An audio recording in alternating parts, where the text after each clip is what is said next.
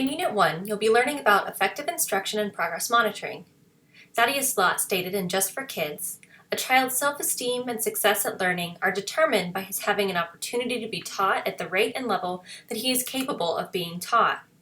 A successful classroom should employ classroom routines, methods for teaching problem solving, reinforcement, and differentiated instruction. Response to intervention, or RTI, is important to effective instruction. RTI is a multi-tiered system of instructional supports that informs decision-making and ongoing progress monitoring. There are 3 tiers of RTI. Tier 1 consists of universal interventions provided to everyone in the school. This means all students receive high-quality instruction. Universal screening occurs at this phase to identify students who may require more support. For students who are not responding at Tier 1, Tier 2 supports are put into place. These supports consist of evidence-based small group interventions. Student progress is monitored more frequently and more individually at this level. If students are unresponsive at this tier, they may qualify for Tier 3 supports. The 3rd tier is the most intensive level of support. At this level, supports are individualized according to the student data. At Tier 3, data-based individualization, DBI, as described by Fuchs, and Vaughn's 2014 article in Teaching Exceptional Children, becomes necessary. Step 1 of DBI is effective instruction. Effective instruction is individually planned, specialized, intensive, goal-directed, research-based, and guided by student performance. Effective instruction begins with assessing progress, frequently. Through this assessment, you can design instruction through determination of the goal of instruction, flexible grouping, adaptations, careful use of instructional time, and scaffolding. When you scaffold instruction, you are teaching new content in manageable steps. Each step requires explicit, systematic instruction. At each step, provide practice and review until the student is independent and confident before moving on to the next step. When delivering instruction, keep your pacing quick and provide multiple opportunities for student response so you can provide immediate reinforcement and error correction. Explicit instruction is an evidence-based method for teaching students with disabilities and is described in detail in Archer and Hughes' 2011 book titled Explicit Instruction: Effective and Efficient Teaching. It is also the method you will use in your lesson planning and delivery for this course. In explicit instruction, a lesson begins with reviewing prerequisite skills. It's really important that a teacher or clinician task analyze the skill being taught to determine what previously learned skills are necessary to have mastered in order to succeed with the new skill. Next, the teacher gets the student's attention, states a learning objective, models a new skill, and provides examples and non-examples of the skill. While modeling, the teacher should think aloud so the students can eavesdrop on the teacher thinking through the process. Thinking aloud requires the teacher to talk through the details, decisions, and reasoning behind the decisions when modeling a skill. Multiple opportunities to respond should also be embedded within the modeling portion of the lesson. Guided practice allows the students to practice the skill with the teacher's and/or their peers' guidance. When necessary, provide corrections and feedback. Praise students for what they do well. During independent practice, students work through the skill on their own. The teacher should still provide monitoring to ensure mastery. Finally, in explicit instruction, new skills are reviewed weekly until mastered and then monthly to ensure the new skill remains in the student's repertoire to generalize and maintain over time. Step 2 of DBI is to identify appropriate instructional programs. Appropriate instructional programs are those that have peer-reviewed evidence to back them.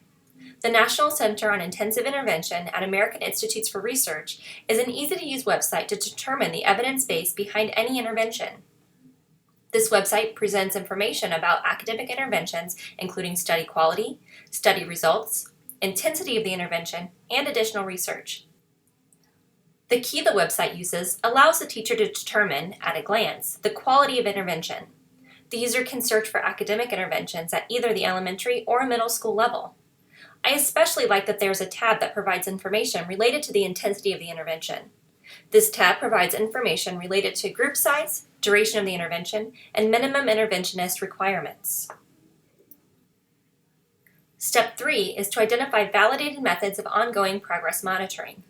The National Center on Intensive Intervention at American Institutes for Research provides another useful tool, this time helping the user to identify methods of progress monitoring. This tool can be used to choose general outcome measures or mastery measures. The user can search by grade level and subject, with tabs providing information related to psychometrics of the progress monitoring tool, the types of progress monitoring that can be conducted with the tool, and the usability of the tool for data-based individualization. Step 4 is to collect data. You should collect data for 3 consecutive days to establish a baseline. Plot the median baseline data point on the graph and draw a vertical line after the point. Graphing data is critical.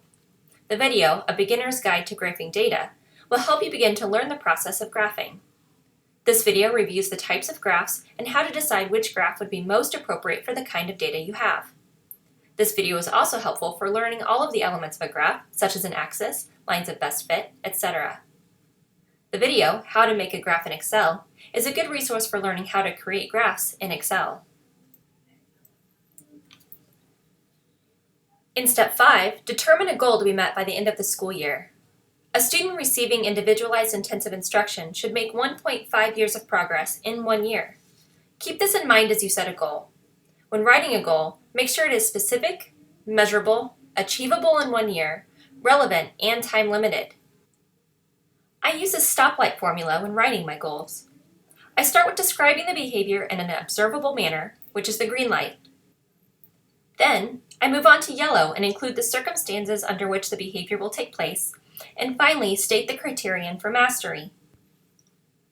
Using this formula, my goal would be: Samantha will read with a fluency rate of 115 words per minute, given a 3rd grade level text, for 4 consecutive texts by the end of 3rd grade. In Step 6, you'll plot your goal data point to correspond to the last instructional day of the year. Draw a line from your baseline data point to the data point that marks your goal for the student.